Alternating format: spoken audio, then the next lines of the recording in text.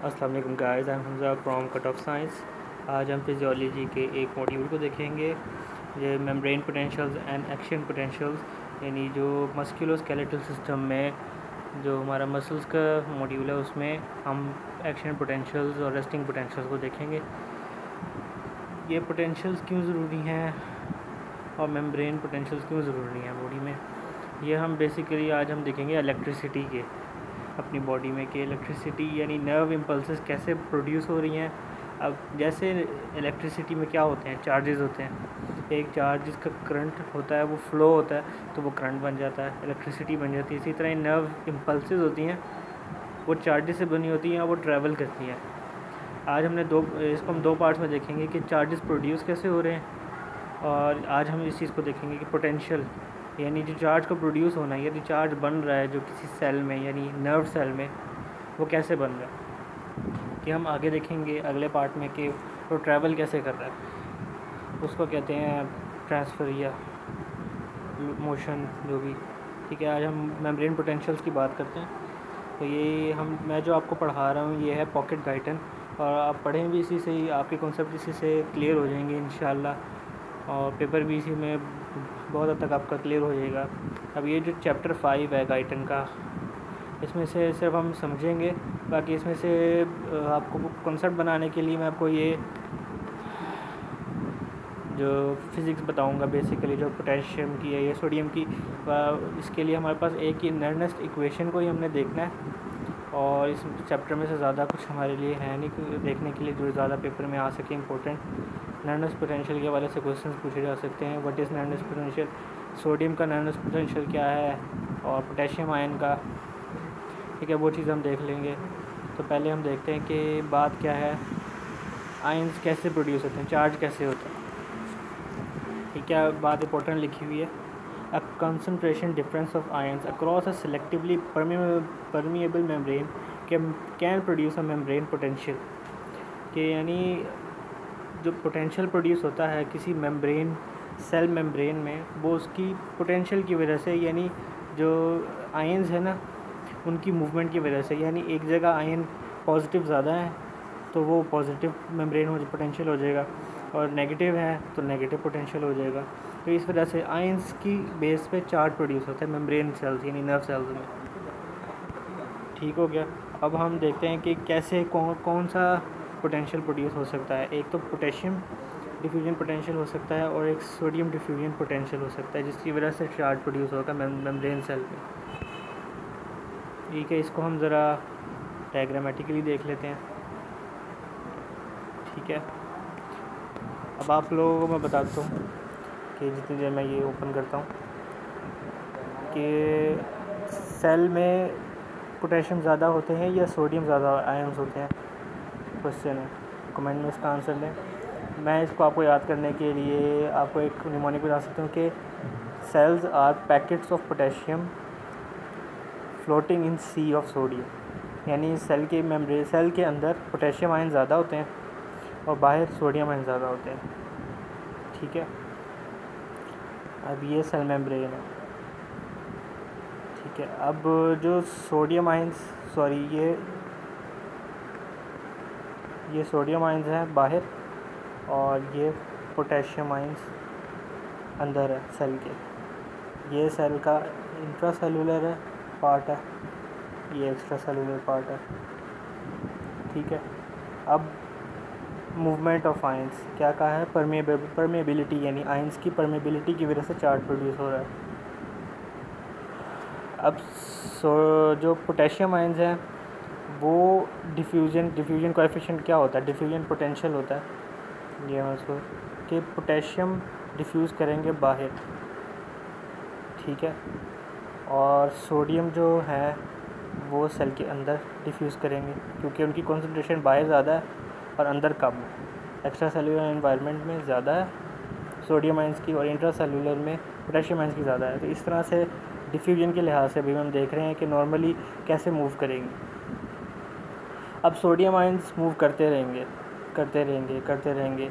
तो ख़ास एक वक्त आएगा जब कि सोडियम आयंस की मूवमेंट को रोक दिया जाए। सोडियम आयंस मूव करते रहेंगे और वो एक जगह पे रुकेंगे। इसको हम बुक में लाइंस में देखते हैं कि क्या बात लिखी हुई है।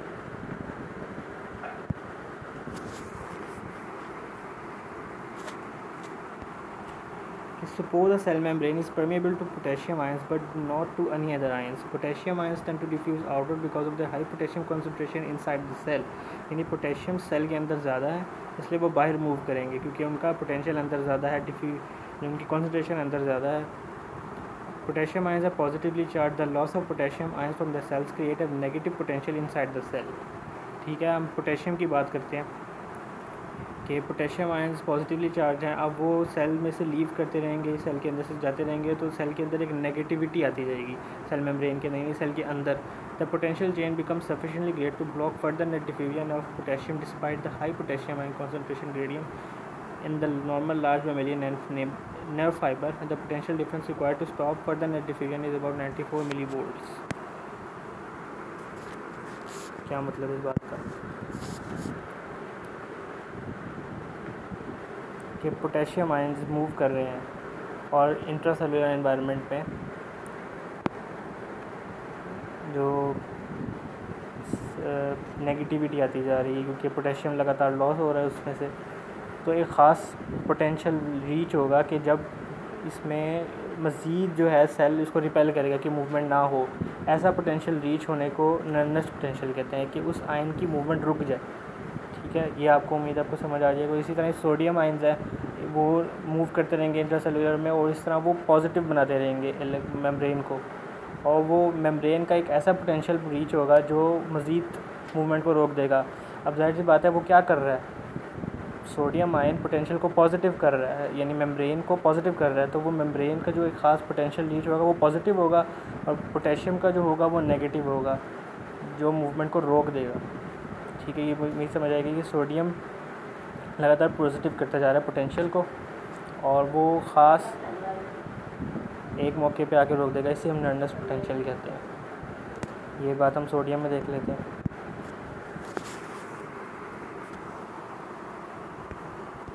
Suppose a cell membrane is permeable to sodium ions but not to any other ions. Sodium ions tend to diffuse into the cell because of the high sodium concentration outside the cell. Sodium की concentration बाहर ज़्यादा है और intracellular वो move कर रहा है भाई बात, और इस तरह क्या हो रहा है सेल पे पॉजिटिव पोटेंशियल रीच और potential membrane potential sufficiently high within millisecond to block further net diffusion of sodium ions into the cell. इस तरह जो होगा एक पॉजिटिव मिली वोल्ट्स का, यानी ये जो ये plus 61 millivolt sodium ions की वजह से, यानी सोडियम का जो नर्नस पोटेंशियल है वो ये है जिस पोटेंशियल पे वो मज़ीद डिफ्यूजन रुक गई है, और ये जो है पोटेशियम आयन सेल में से बाहर मूव कर रहा है क्योंकि वो सेल के अंदर ज़्यादा है, तो इसलिए जो पोटेंशियल रीच हो रहा है, पोटेंशियल जो मेम्ब्रेन का बन रहा है वो माइनस पे बन रहा है और एक ख़ास जो पोटेंशियल रीच हुआ है वो माइनस 94 मिली वोल्ट्स का। ठीक है, अब ये अलग-अलग सोडियम और इसकी बात हो, यही बात लिखी हुई है कि the membrane potential that prevents net diffusion of an ion in either direction through the membrane is called the Nernst potential for the ion. उम्मीद है आपको एक डेफिनेशन समझ आ गई होगी, मैंने बहुत सिंपल अंदाज में आपको समझा दिया और आपको समझ आ गई होगी कि नर्नस्ट पोटेंशियल क्या होता है। नर्नस्ट इक्वेशन होती है जो इलेक्ट्रोमोटिव फोर्स को डिफ़ाइन करती है, यानी जिससे हमें उस फोर्स का पता लग जाए कि क्या पोटेंशियल हो सकता है। The sign of the potential is positive is the ion concentration is negative ion and the negativity is a positive ion. ये सिंपल जो है पोटेंशियल की बात हो रही है। ठीक है, आयन नेगेटिव होगा, फॉर एग्जांपल अगर वो क्लोरीन आयन है तो उसका नर्नस पोटेंशियल जो होगा वो पॉजिटिव होगा, और अगर कोई सोडियम या पोटेशियम है तो उसका नेगेटिव होगा, वैल्यू आएगी ये इलेक्ट्रोमोटिव फोर्स में।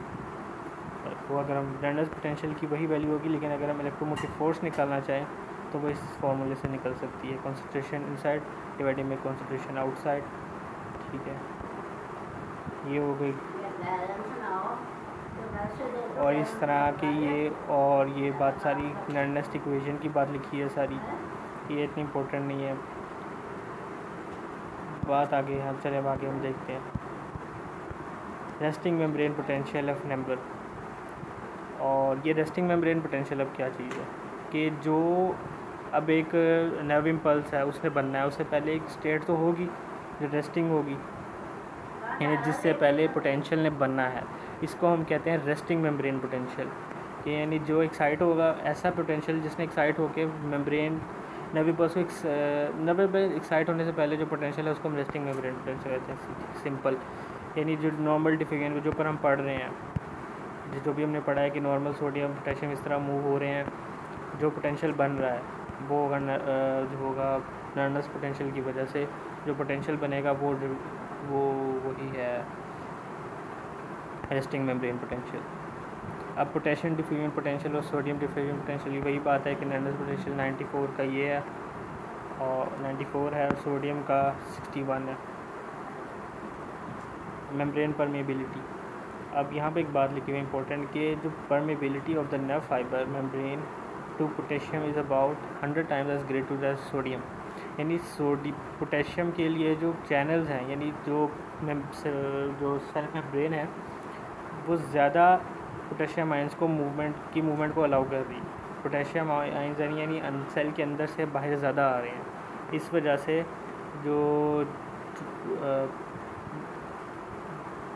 इसकी वजह से जो हमारे पास नॉर्मल रेस्टिंग मेम्ब्रेन पोटेंशियल आएगा वो ज़्यादा माइनस होगा, क्योंकि ज़्यादा मूवमेंट किसकी हो रही है, पोटेशियम आयन की, तो माइनस पोटेंशियल ज़्यादा आएगा।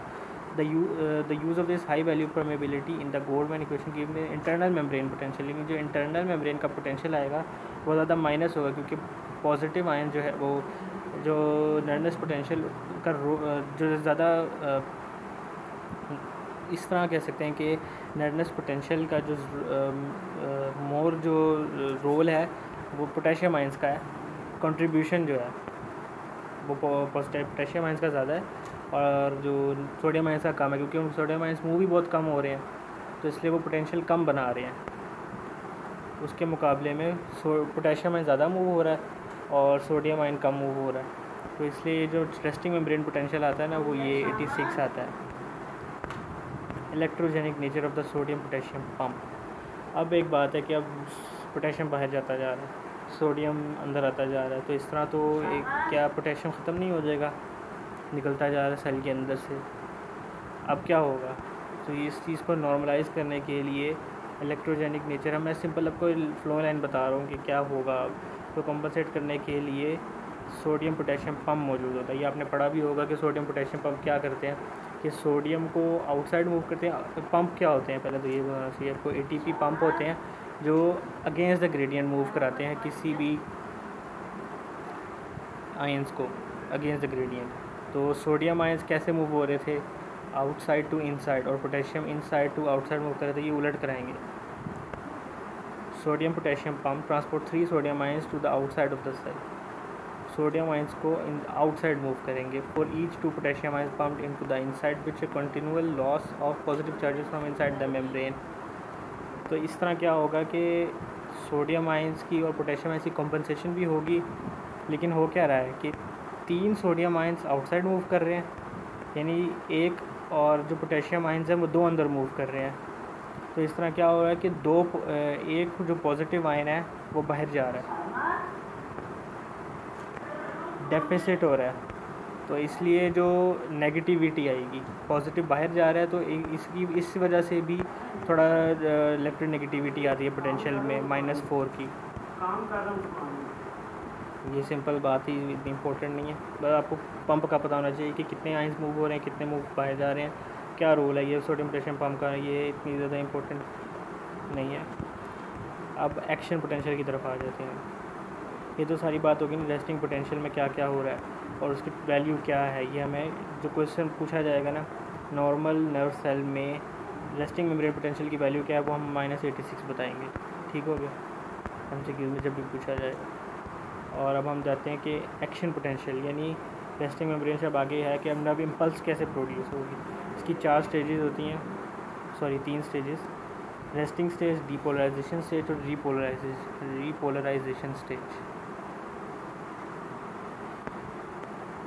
रेस्टिंग स्टेज वही है कि रेस्टिंग मेम्ब्रेन पोटेंशियल जो होता है उसको हम रेस्टिंग स्टेज कहते हैं, यानी डीपोलराइजेशन से पहले। अब डीपोलराइज जैसे लफ्ज़ बता रहा है,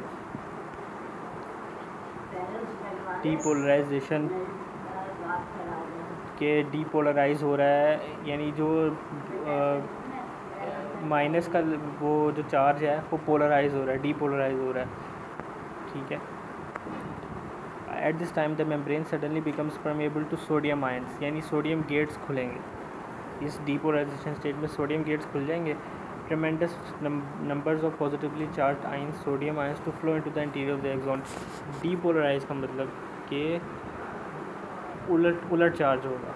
जो चार्ज है अभी क्या है, रेस्टिंग मेम्ब्रेन पोटेंशियल माइनस में है, तो अब पॉजिटिव में कैसे होगा कि किसी तरीके से sodium positive ions cell membrane के अंदर आना शुरू हो जाए सेल के अंदर। तो ये कैसे होगा कि क्योंकि सोडियम बाहर बहुत ज़्यादा है तो सोडियम चैनल्स ही खुलेंगे, पोटेशियम आयन, इसलिए इस तरह हम याद रख सकते हैं कि पोटेशियम आयन नहीं खुलेंगे, सोडियम आयन ही खुलेंगे।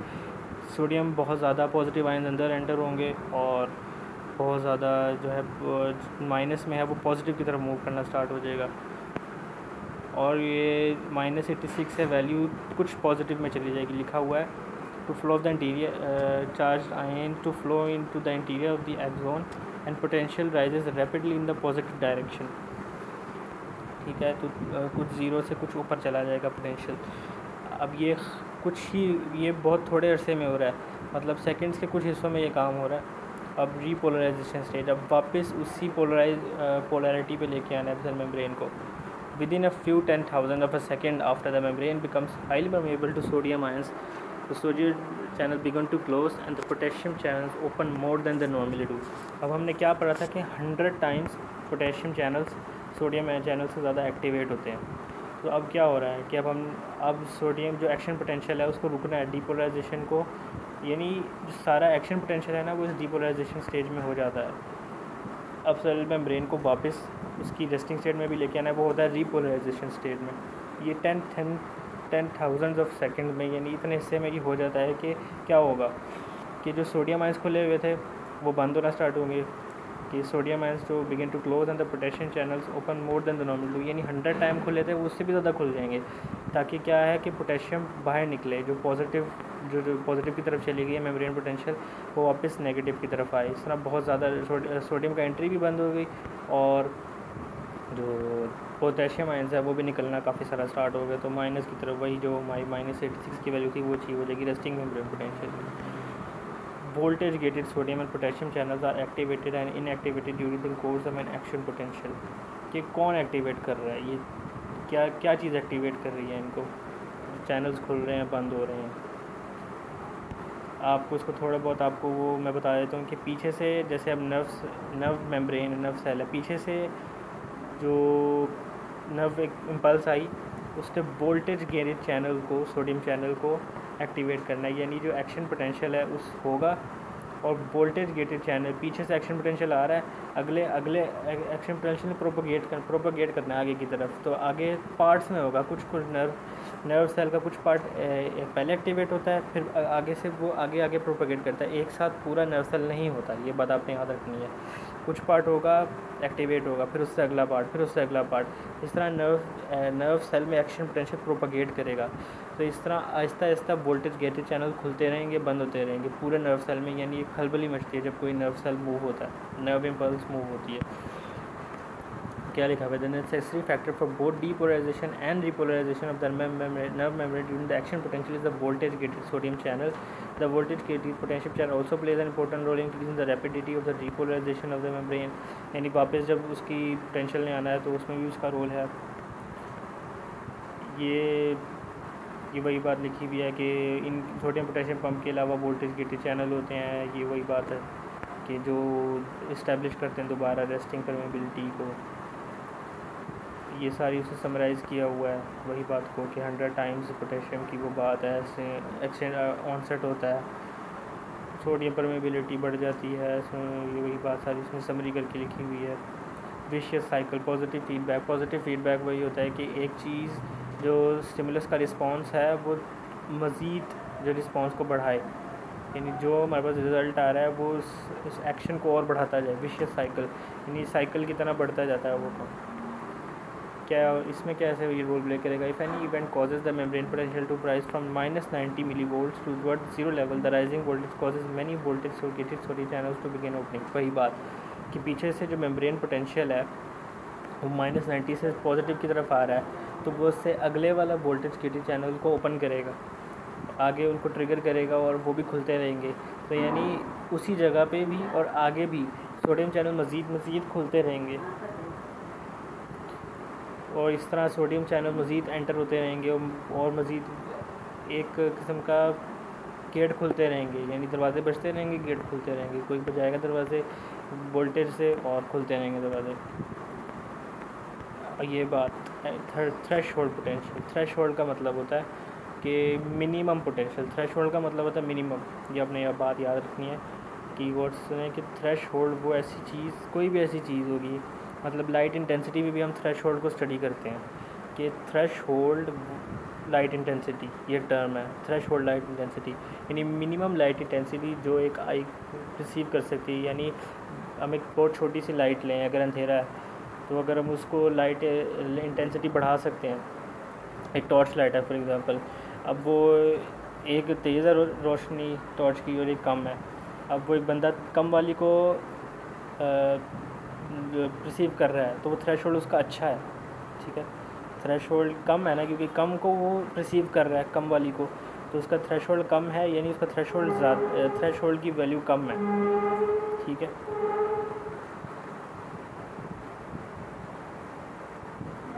थ्रेशोल्ड कम है यानी उसकी जो सेंसिटिविटी है वो ज़्यादा है थ्रेशोल्ड।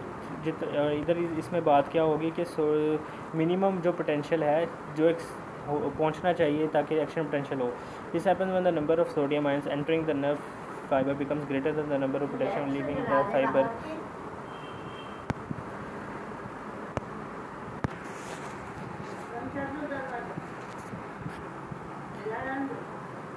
ठीक है, ये हो गया एक्शन पोटेंशियल। थ्रेशोल्ड पोटेंशियल लिखा हुआ है, sudden increase the membrane potential in large nerve fiber from -90 volts to about 65 volts usually causes explosive development of the active potential.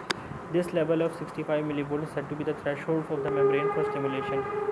यानी -86 से -65 की तरफ पोटेंशियल गया तो बहुत ज़्यादा, यानी ट्रिगर हो जाएगा उधर काम, जो वोल्टेज गेटेड चैनल है ये मिनिमम, यानी उस नर्व सेल्स को पता लग जाएगा कि जो दरवाजे बज गए, यानी एक्शन पोटेंशियल राइज होना है, सोडियम गेटेड चैनल में खुलना है और एक्सप्लोजिव डेवलपमेंट हो जाएगी एक्शन पोटेंशियल की। यानी ये इससे अगर 65-70 तक होगा तो एक्शन पोटेंशियल नहीं होगा। ये इसकी मिनिमम 65 तक होना चाहिए। 65 से ऊपर मतलब 65 से 0 की तरफ वैल्यू जाएगी, 64 होगा, 64 तब भी एक्शन पोटेंशियल हो जाएगा, लेकिन 65 से ऊपर होगा यानी कम से कम 65 उसको जाना चाहिए एक्शन पोटेंशियल को, ठीक है। A new action potential cannot occur when the membrane is still depolarized from the preceding action potential.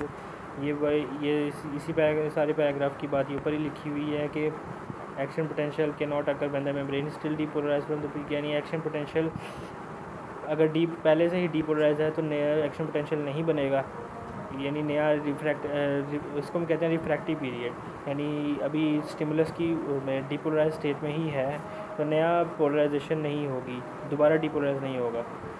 अब एब्सोल्यूट रिफ्रैक्टिव, इसकी दो टाइप्स हैं रिफ्रैक्टिव पीरियड की, एब्सोल्यूट रिफ्रैक्टरी और रिलेटिव रिफ्रैक्टरी। एब्सोल्यूट का मतलब है कि जितना मर्जी अब एक डीपोलराइज स्टेट में है नर्व सेल, नर्व फाइबर, और वो हमने स्टिमुलस लगाया है लेकिन वो नहीं हो रहा, जितना मर्जी even with a strong stimulus, दूसरी लाइन में लिखा हुआ है कि स्ट्रॉन्ग स्टिमुलस पे भी वो नहीं होगा एक्शन पोटेंशियल।